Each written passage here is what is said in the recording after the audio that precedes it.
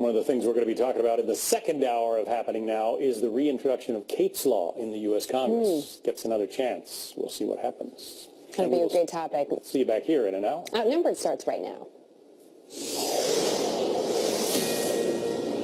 Fox News alert with the inauguration just 11 days away. The Republican-controlled Senate is in a race to fill in Donald Trump's presidential cabinet as Democrats accuse the GOP of trampling on ethics concerns. This is Outnumbered. I'm Meghan McCain. Here today, Harris Faulkner, host of Kennedy on Fox Business Kennedy, Republican strategist and Fox News contributor Lisa Booth, and today's #OneLuckyGuy. We welcome back Fox News senior judicial analyst Judge Andrew Napolitano. Judge, you are outnumbered. I'm happy to be outnumbered. Welcome back. Thank you. Meghan McCain. Thank you. I was on vacation. Where were you? You allowed to say? I was someplace very fancy with my boyfriend. It was very exciting. 15,000 miles from here. It's still on the planet. I was so excited that you're the one lucky guy on my day back. Thank it's you. wonderful to have Happy you. to be with all of you. And there's a lot of news to get to, so we should begin. Senate Republicans want to move fast on President-elect Trump's cabinet so he can have his team in place on day one. But Democrats are accusing Republicans of trying to ram the nominees through without the proper ethics vetting. They argue Mr. Trump's picks deserve extra scrutiny because of the massive wealth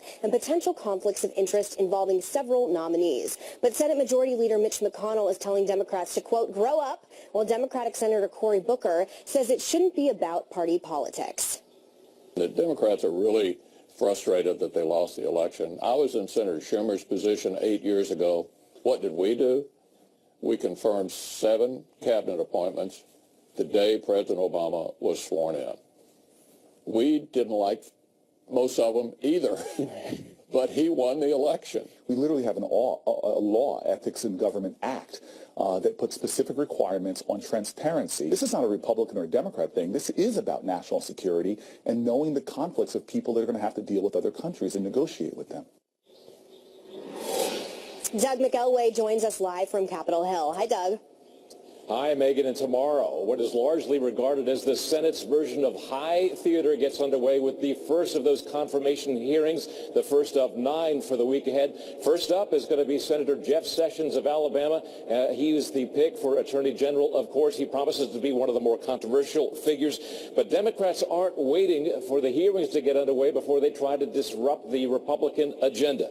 Tonight, Senate Minority Leader Chuck Schumer and Senate Democrats will hold the Senate floor until late into the night.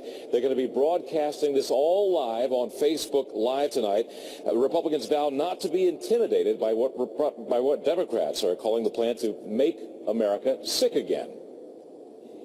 It's not about just renaming something. It's about replacing it.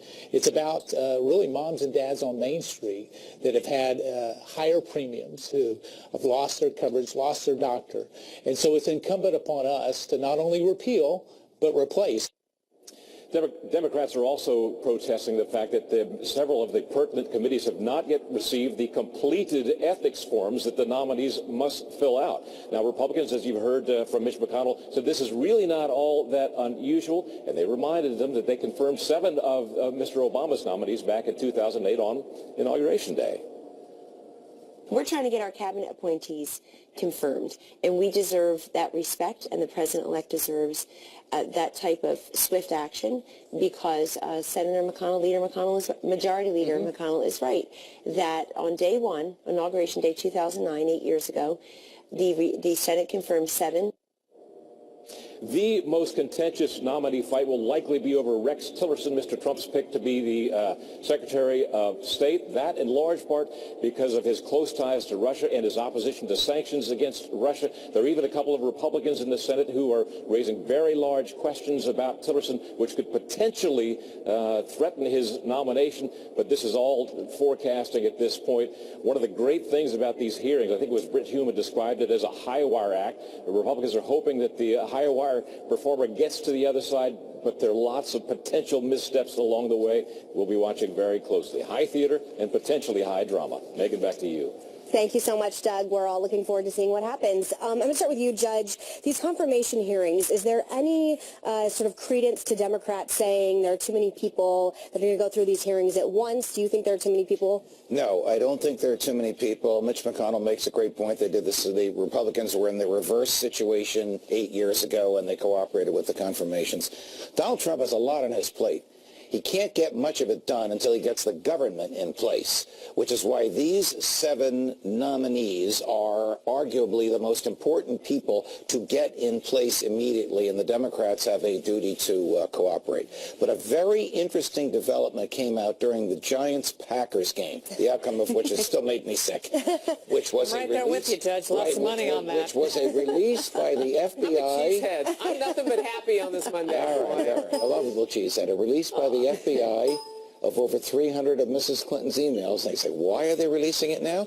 It proves indisputably that the person that she emailed the most was hacked by hostile intelligence forces.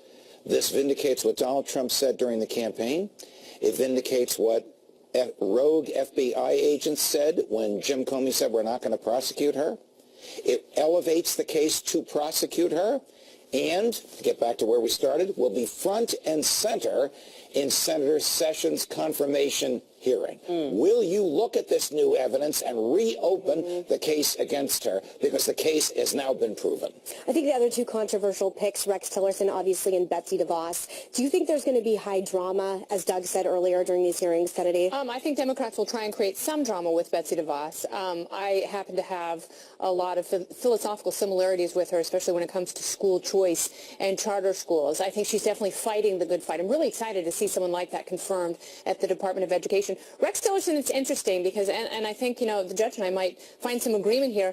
I would hope that senators place a much more powerful microscope on Jeff Sessions and his record and what he would do with that much power concentrated in the Attorney General's office, particularly when it comes to civil forfeiture and some of the state marijuana laws that have been passed now in a majority of states and obviously territories. So I find some of what he's talked about to be more problematic. Rex Tillerson, though, he's got this sort of bipartisan issue because he's got Democrats and Republicans who are very worried about his ties to Russia. And I think if he does a good job of clarifying what he has done as the head of Exxon and, what he sees the United States' role going forward with Russia and really makes a solid case, I think he could. If I could just supplement Kennedy for a minute. Sure. Usually the nominee for Secretary of State has a well-known record of opinions and everything.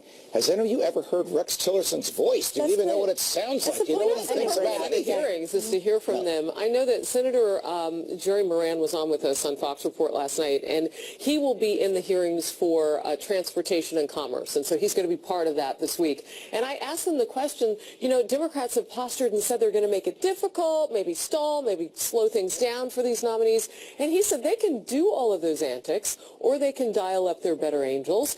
And let's hear exactly why he says that it probably won't go the way that the Democrats want. Watch. Harry Reid, the former majority leader, was instrumental in changing the rules of the United States Senate. It used to require the vote of 60 United States senators to confirm a nominee for a cabinet-level position. Those rule changes that occurred in the Democrat days now only require 51. So they'll have to live with it. That has changed, perhaps, that they have to live with the decision that they made. Sure. But having said that, I hope as Republicans we want to make sure that the information is available to every member of the United States Senate. He feels confident that those conflicts of interest or anything that we might have questions about will actually be part of the hearings and that there should be no concern about that because that's how it's kind of always gone. I thought it was really interesting, though, that Democrats are going to have to be graceful through their disappointment. And they do that because 51 votes is a different threshold. Absolutely. And Chuck Schumer's going to be graceful? Yeah, well, and Harry Reid is kicking himself because of his rules change. Republicans just need a simple majority, and that's why it does put an emphasis on someone like Rex Tillerson, because the Democratic Party needs to pick off Republicans to potentially try to block that, and that's probably, maybe the only one that they could potentially. But look, a lot of this from the left is just politics as usual, right? Because Senator Chuck Schumer, Minority Leader, has said that they want to slow the process, so no wonder Majority Leader Mitch McConnell wants to stack the deck to try to get this done. And as was pointed out earlier in the segment, both by the judge as well, is that the Republicans 8 years ago confirmed 7 Obama appointees or nominations on the first day. 5 that week, 13 were done by voice vote without any opposition. Well, so it's also very disingenuous by the left as well. You heard Senator McConnell saying, we didn't like them necessarily, but we did the job. Exactly. Well, you know, I don't think they need more time. I think they need to ask better questions and spend a lot less time preening in front of cameras and really figure out how to get to the heart of these most important issues that have nothing to do with party, but everything to do with actually serving the American people. Can I get an amen, Kennedy, on that one, please? All right, President-elect Donald Trump's incoming chief of staff says the president-elect accepts U.S. intelligence that Russia attempted to meddle in the election, as he also calls for closer ties with the Kremlin. But now President Obama and some top Republicans warning against ever-trusting Vladimir Putin. Plus, actress Meryl Streep launching into a tirade against President-elect Trump at last night's Golden Globes, and she wasn't the only one. So are Hollywood's elite really the ones who should be lecturing ordinary Americans? That debate next. And after the show, you can join our live chat by clicking the Overtime tab at foxnews.com/outnumbered or go to facebook.com/outnumberedfnc. And of course, you can tweet us. See you there.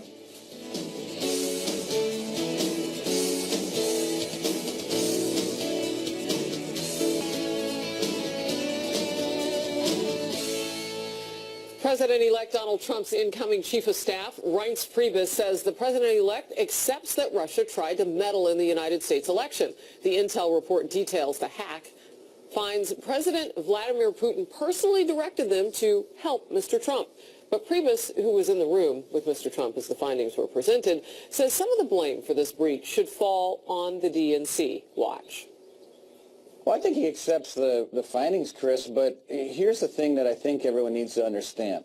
This is something that's been going on in our elections for many, many years, both the Russians, the Chinese, the Iranians.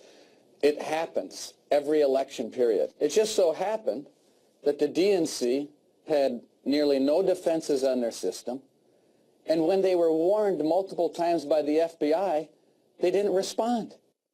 Mr. Trump has so far declined to say whether he accepts the assertion that Russia intruded specifically on his behalf. And now the president-elect is calling for a closer relationship between the two countries.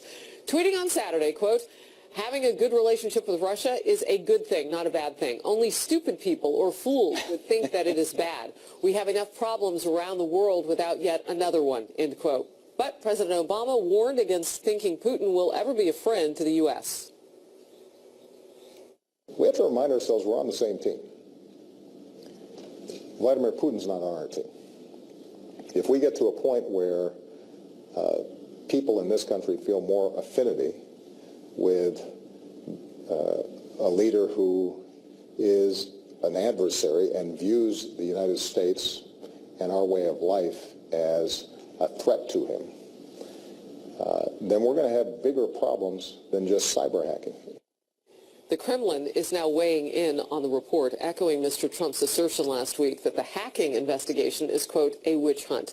All right, so I seem to remember current President Obama whispering in a Russian leader's ear that wait until after the election about things maybe being a little bit more amenable in his direction. Well, Am I misremembering? No, you are not misremembering, or if you are, then we all are. We're all hallucinating together. Right, and we've seen the tape of that. I don't know what's in Barack Obama's mind at the moment, except the pain and anguish of a failed legacy, which is he's about to experience. But let me put in a word for Donald Trump's attitude about Vladimir Putin, which may disagree with your dad's. I remember when Richard Nixon came up with what was thought to be the insane idea of selling washing machines, stereos, and blue jeans to the Russians.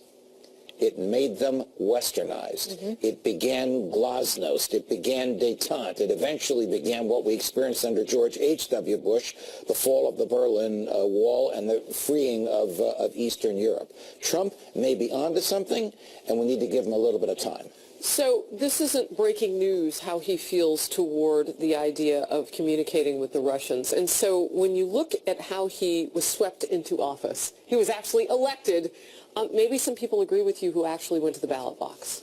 Well, And it's very interesting because I see this and I see that, you know, a lot of people, especially on the left, are saying, well, the reason that Vladimir Putin wanted to interfere with the election is so Donald Trump would get elected because he'd be a much more malleable president that Putin could toy with. Well, it's the exact same rationale that Hillary Clinton had for wanting Donald Trump to be the Republican nominee. That's the person. And a lot of people in her inner circle made no secret of that was the person that she wanted to take on because she felt that he was most beatable. But it was his unpredictability and his ability to actually communicate with people who mattered most that made the difference. And I will be curious to see if we will have the same mechanisms and strategy with Russia. Well, you bring up an interesting point. It isn't that he has said, the president-elect, that he would be any more amenable or soft or anywhere. He just says he's willing to have a discussion. Well, I also think we're seeing how disingenuous the media is as well, because nobody blinked an eye when President Obama wanted to reset relations with Russia, and Hillary Clinton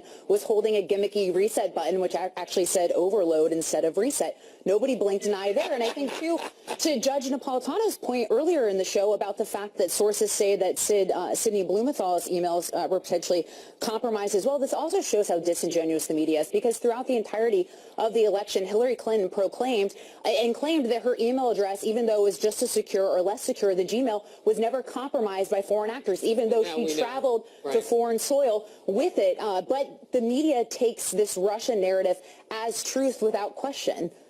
You know, there's a lot to unpack on all of this, and I could talk about this for literally the entire show. But the first thing I want to start with is your comment about selling stereos and washing machines to Russia.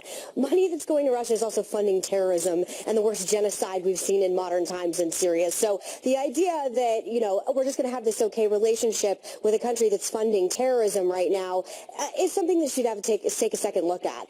The other thing is, I hate that this is being so politicized. I hate that this is turning into a Democrat-Republican issue, and the Democrats are using this for political expediency right now. Democrats could not have cared less when Putin was annexing Crimea, the invasion of Syria, everything that has happened in the last 8 years. It has only made Putin become stronger and a larger leader on a global scale. Right. And when Mitt Romney brought up this point in 2012, he was laughed at by the president. So don't give me Democrats that now you care about Putin. No, but there's, quite frankly, the only people that have really cared are hawkish Republicans like me. Okay, but there are two different things here, because what the judge is talking about was a very important cultural shift. And for those of us who had family members living under communist rule in Eastern Europe, the fact that Western culture was imported to, I know, but I'm not quite done. I know, but the fact that we were able to overthrow communism in Eastern Europe is a fantastic thing. What we have here is something vastly different. And we have to have conversations about free trade and economic liberty. And is that really happening in places like Russia and China? There's a big difference between that era then and now, with a murderous KGB dictator in charge right now. Will Republicans in the Senate who feel as you do oppose Rex Tillerson because they don't think he'll be tough enough on Vladimir Putin, or he's too friendly with him? I'm open to hearing Rex Tillerson out from the beginning. I think it's only fair. He's an unorthodox choice, as we were talking about in the last segment. I just don't know where he stands on many issues because he hasn't made public speeches. He's a businessman. And that brings up what we've also been talking about. And Kennedy, I think you talked about it first, and that's asking the right questions. I mean, now we're going to have to really lean on those people who are in the room of these hearings to do their jobs. Hopefully they'll be able to put their politics aside, particularly Democrats who want to make this difficult, and again, show some grace through disappointment, but also do the job that best serves the American public. I will say this, though, because you brought this up as we open the show, and it's just come up again via Lisa. Talk to us about why it's important to know about what happened with Hillary Clinton's email server, because a lot of people glaze over. What's the meaning today? Well, if the President of the United States, President Obama, does not pardon her and does not pardon the people around her, Jeff Sessions is going to have on his desk an enormous report supplemented by what was released during the Giant Packer game last night, and he's going to have to decide whether or not she should be prosecuted for the failure to safeguard state secrets, which we now know as a fact made their way into the hands of foreign intelligence services, on this we're on the same page, of countries that do not wish us well, also of countries like Israel that do wish us well. Even though Trump said he's not interested in it, will that make a difference? Because Trump said he's not interested in prosecuting her anymore. I think he's going to allow Jeff Sessions to make that decision. And Senator Sessions, most respectfully, has more material to examine as a result of what came out last night from the FBI. Do you think President Obama will, though, pardon her before that comes? Can't get into his head. We don't know. If that happens, there will be, outrage 11 in the days streets. He's got.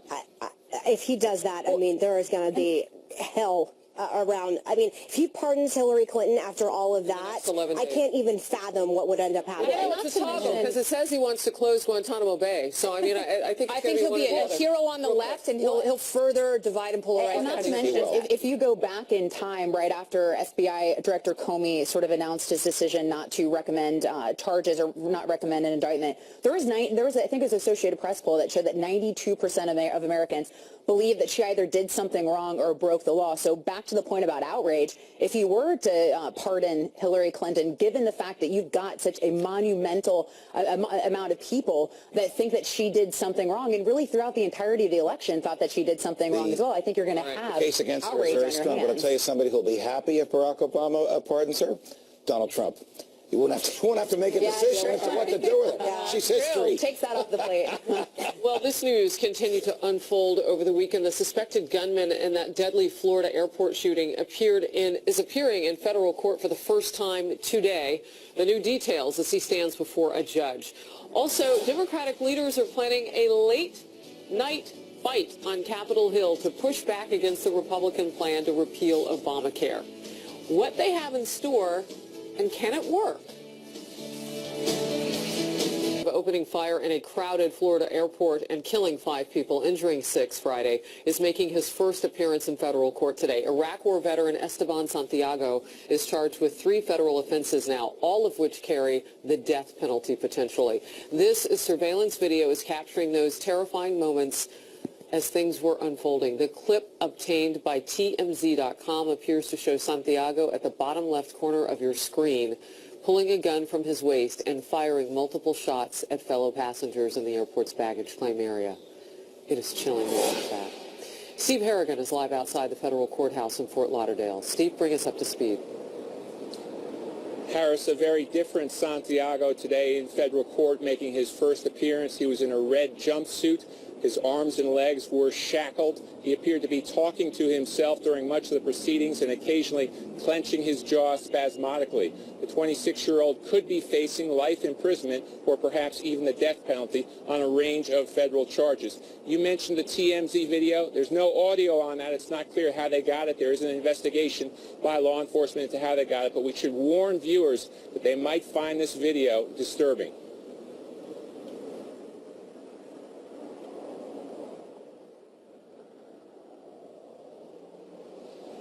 The shooter fired 15 different shots. With those 15 shots from a single handgun, he was able to kill 5 and wound 6. Eyewitnesses described him as a methodical killer, certainly also a very efficient killer as well. Still the mystery in this case, the motivation. Why here in Florida? Why did he carry out the attack? Right now, law enforcement officials refuse to rule out any possible connection to terrorism. Harris, back to you.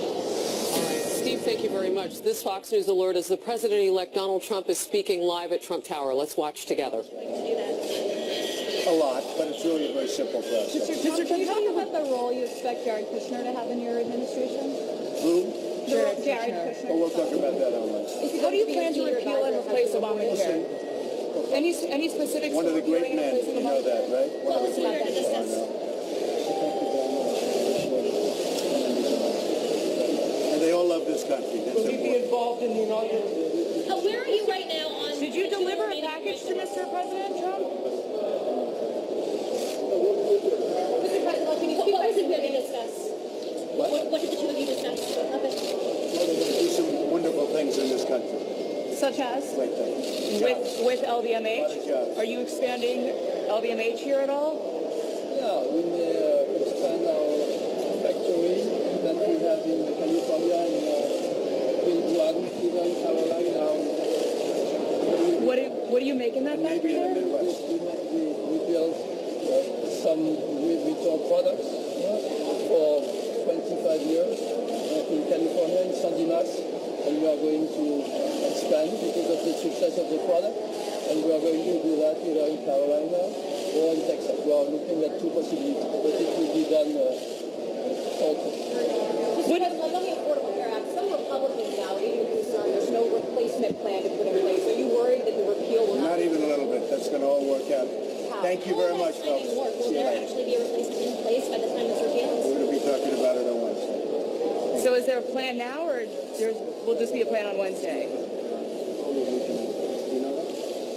All right, so we are watching this together now. This is Trump Tower in New York City. President-elect Donald Trump exciting to answer a few brief questions from the pool. Just a couple of notes. Arno Bernard was the man that you saw. It was hard to hear his audio there, but he runs a luxury fashion conglomerate, and so he's on the list of people who are meeting at Trump Tower today. So I wanted you to know who that person was because it was kind of hard to hear him too. But you also heard the president-elect there being asked questions by the media who were gathered outside. There's always a scrum of media there now because he's there. He refused to talk about Russia, we're told from our pool, saying that he would save that for Wednesday's news conference and said he expected all of his cabinet nominees to be approved. Let's talk about this a little bit. I mean, one of the things that the criticism had been was that he had been tweeting more recently than taking questions from reporters.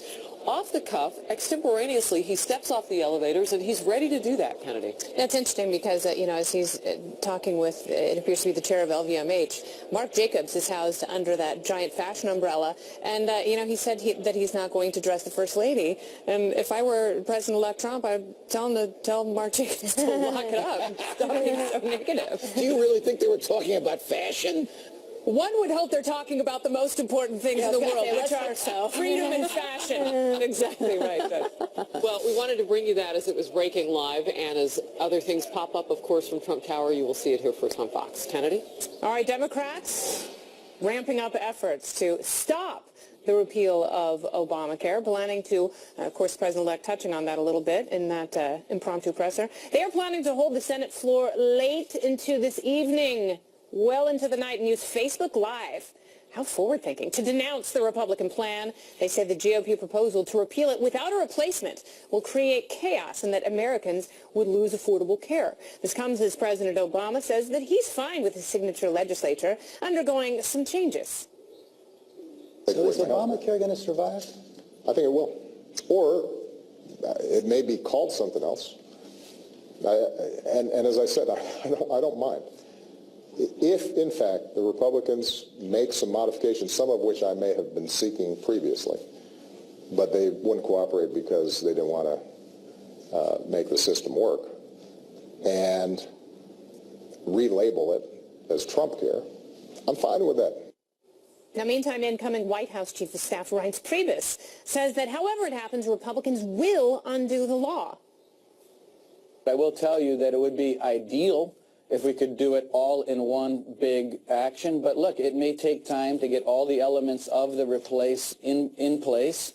Might have to use reconciliation for part of it, which is a 50-vote majority. But our intent is to make it happen as quickly as possible, the repeal and the full replace as fast as we can. All right, Judge, so let's talk about this because Republicans actually do have some ideas. You know, there are people on both sides say there's absolutely nothing in place, but some of the key elements really rest on the free market, and that's opening up insurance policies to interstate, some sort of back and forth between states, and also block granting Medicaid. I wish that some of these things could happen. I'm not sure how quickly they're going to happen. I would not gainsay, I would not mock Chuck Schumer's late night session. All he needs to do is to pick off a few Republicans, some of whom are sympathetic for the concept of you can't give somebody a benefit and then take it away. Others of whom are sympathetic to the concept of we can't add to the national debt. The money's got to come from somewhere. Here's the constitutional problem. Once the benefit has been given, there's 30 million people on Obamacare. They get it either because they earn a certain amount of money that allows them to get it for free. It's basically Medicare.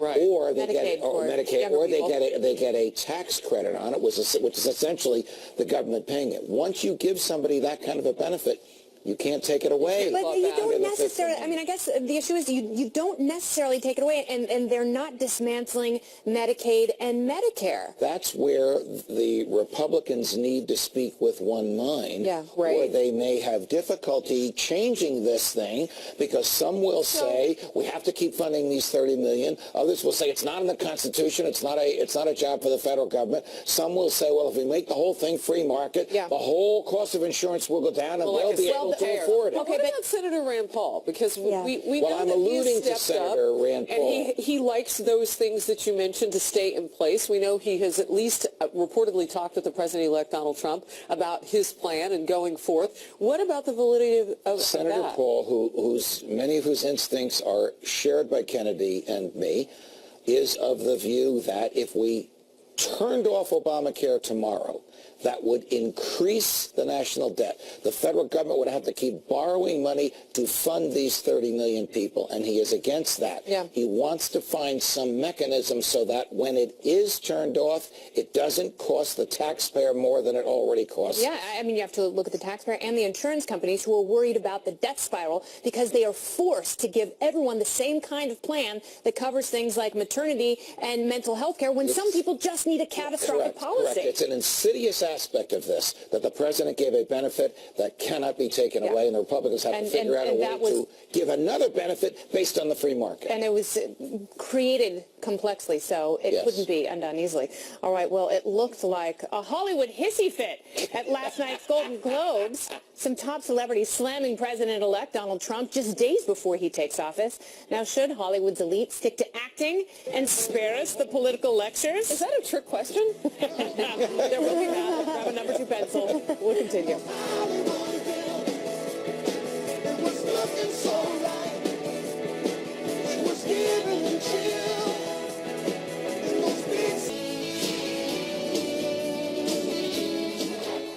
Just days before the inauguration, Hollywood turning last night's Golden Globe ceremony into a roast of President-elect Donald Trump. Host Jimmy Fallon taking some shots at Mr. Trump, comparing him to the Game of Thrones villain, King Joffrey. Actor Hugh Laurie also mocking the president-elect, and Hollywood legend Meryl Streep launching into an anti-Trump tirade while accepting her Lifetime Achievement Award. Here are some clips. This is the Golden Globes, one of the few places left where America still honors the popular vote. Thank you, first of all, to the Hollywood Foreign Press Association for this amazing honor. I suppose made more amazing by the fact that I'll be able to say I won this at the last ever Golden Globes. I don't mean to be gloomy, it's just that it has the words Hollywood Foreign and Press in the title. I just don't know what. There was one performance this year that stunned me. It sank its hooks in my heart.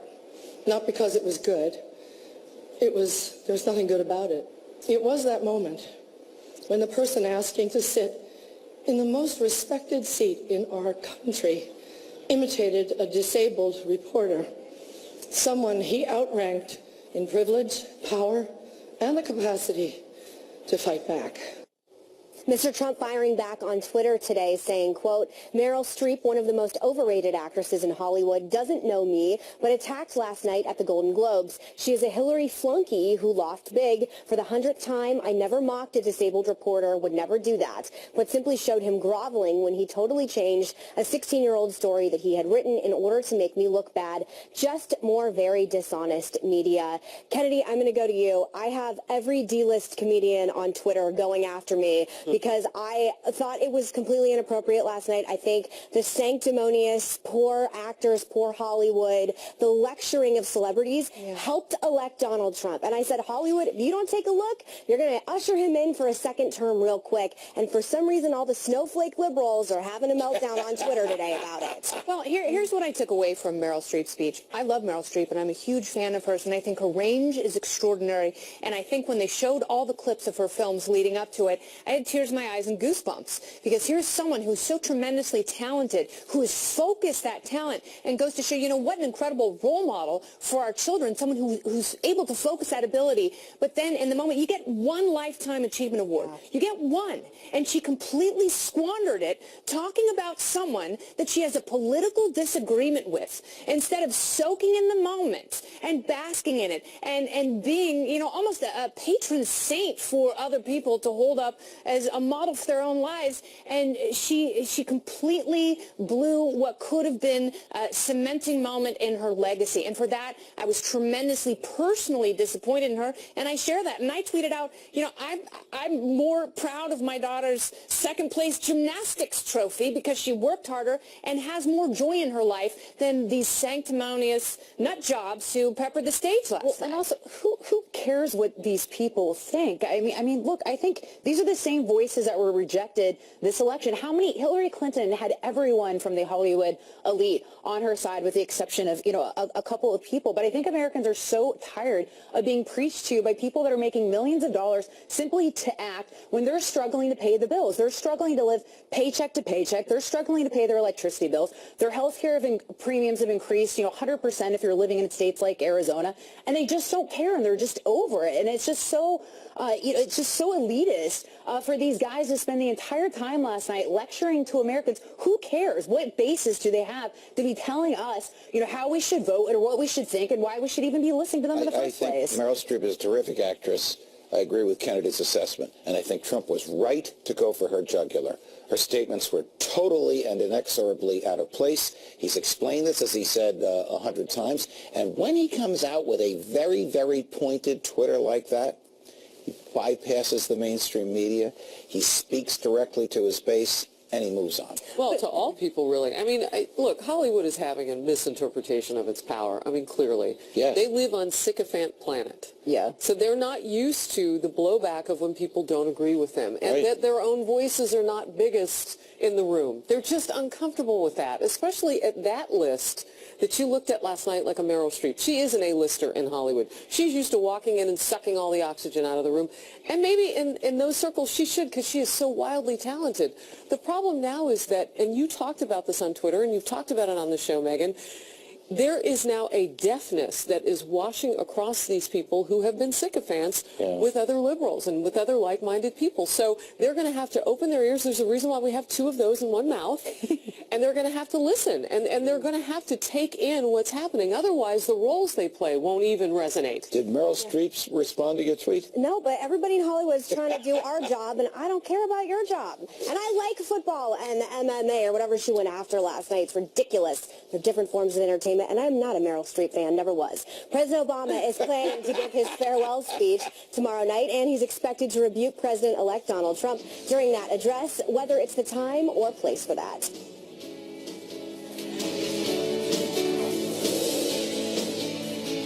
Starting tonight, every weeknight, 9 is Tucker Time. Nothing off limits, no holds barred. I'm asking questions that I think you would ask, and I'm kind of demanding that they answer them. And no bull. I'm upfront. If I think something, I say it. Tucker is taking prime time to the next level. Every weeknight, now at 9. Don't miss Tucker Carlson tonight. President Obama is giving his farewell speech tomorrow night, and he's reportedly expected to take some time to criticize President-elect Trump. This weekend, we got a preview of what Mr. Obama is likely to say. Remember that America is a story told over a longer time horizon, in fits and starts, punctuated at times by hardship, but ultimately written by generations of citizens who somehow worked together without fanfare to form a more perfect union. We have made America a better, stronger place for the generation that follows ours. Meantime, a new national poll shows President Obama falling short as our nation's leader. While 46% say the country is better off, most don't see a positive change. 33% say the country is worse off, 20% don't see any difference, and only 27% of Americans think President Obama has been successful in uniting the country. 44% say the U.S. is more divided, and 28% there has been no change at all. So, Judge, if you see, some of those numbers, the fact that fewer than half Americans think they're better off under President Obama or that he's brought the country together. I saw a Gallup poll that says 77% of Americans, a record high, see the country as divided. So do you think if President Obama takes time in his farewell address to take shots at Donald Trump, do you think maybe that's the reason why we're so divided? It could very well be, and I think it would be a terrible thing if he did that. I would like to see him once and for all. He hasn't done this in 8 years. Wrap his arms around the American people, but I'm afraid that's not his style. I could not disagree more with what he said in that little clip. We have less freedom, less safety, less prosperity than we did 8 years ago because of these utopian experiments and unrealistic foreign policy that he has presided over. Well, Harris, we're about to start a new Congress. If this is the kind of tone that President Obama takes in his farewell speech tomorrow, I mean, what precedent does that set for anything getting done in this new Congress? So, in part to answer your question, I want to know who the quarter, the 25% who believe that is not divided are. Where are they living? They're in Hollywood.